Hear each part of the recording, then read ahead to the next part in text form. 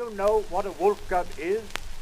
Yes, he is a small boy in uniform with a green jersey and cap, bare knees and ugly face.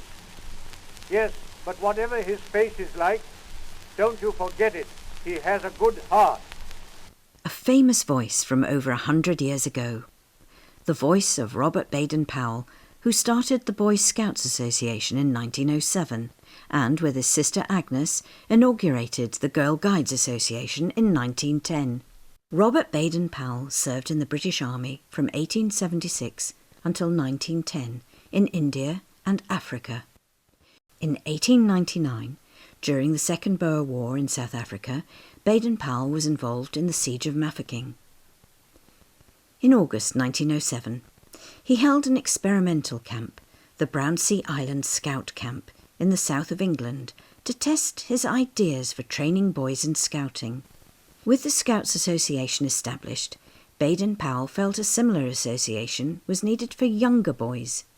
He called them wolf cubs, later simply known as cubs.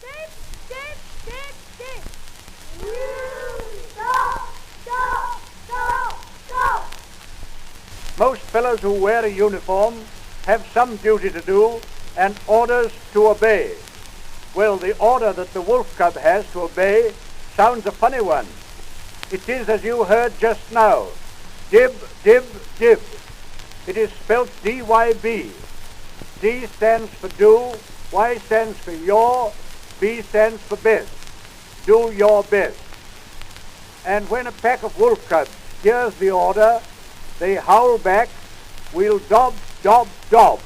We will do our best. And they mean it too. But wearing a uniform does not mean that cubs are imitation soldiers. They are nothing to do with soldiers. They are young Boy Scouts.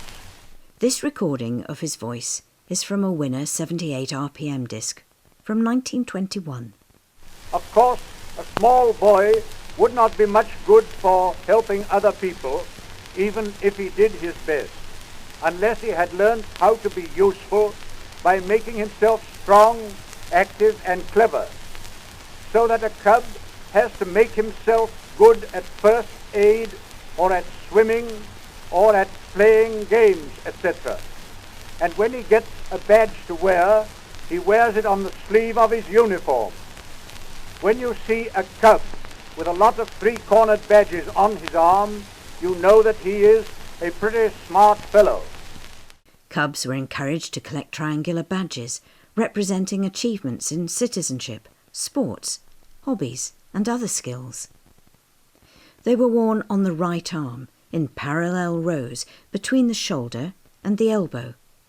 For instance, to be presented with a house orderly wolf cub badge, you had to do the following: be able to clean a grate, lay a fire and light it with not more than 2 matches, make a good cup of tea and fry or poach an egg, peel potatoes and boil them and know how to cook greens, clean a pair of boots, make a bed, wash up crockery utensils, etc., clean windows, knives, and brass work.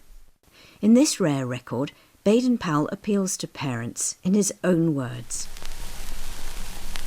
Ladies and gentlemen, may I explain that the wolf cubs are the junior branch of the Boy Scout movement, and their scheme of activities is designed to develop in the boy of that age, from 8 to 10, the character that is going to make a man of him later on, and to give him the first steps in knowledge outside the mere scholastic instruction of the classroom.